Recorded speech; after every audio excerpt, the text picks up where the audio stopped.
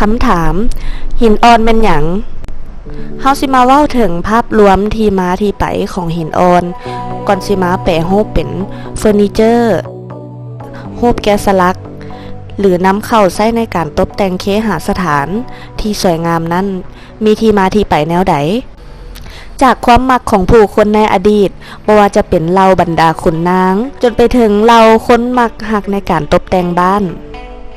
ในปัจจุบันเฮ็ดให้หินอ่อนกลายเป็นตัวเลือกที่ได้รับความนิยม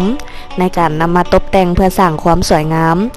ให้แก่สถานที่ต่างๆเนื่องจากหินอ่อนที่ธรรมชาติสร้างขึ้นมา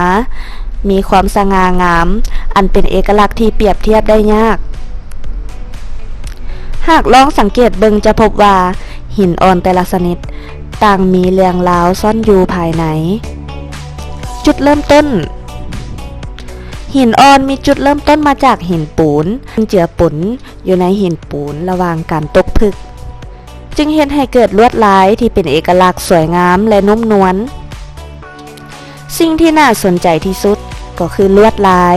และสีสันที่แต่งแต้มบนตัวหินเฮ็ดให้มีเสน่ห์และเอกลักษณ์เฉพาะตัวถึงแม้กาลเวลาจะเปลี่ยนไปแต่ความงามของหินอ่อนยังคงสร้างความประทับใจให้แก่ผู้คนทั่วโลกมาหลายศตวรรษนอกจากหินอ่อนจะสามารถเข้ามาเป็นส่วนหนึ่งของสถาปัตยกรรมหินอ่อนยังสามารถเข้ามาเป็นส่วนหนึ่งภายในบ้านของท่านได้เช่นกัน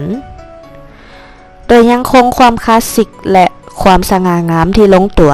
บ่ว่าจะอยู่ในรูปแบบเคาน์เตอร์ครัวสำหรับคนที่มักหักในการเฮ็ดขนม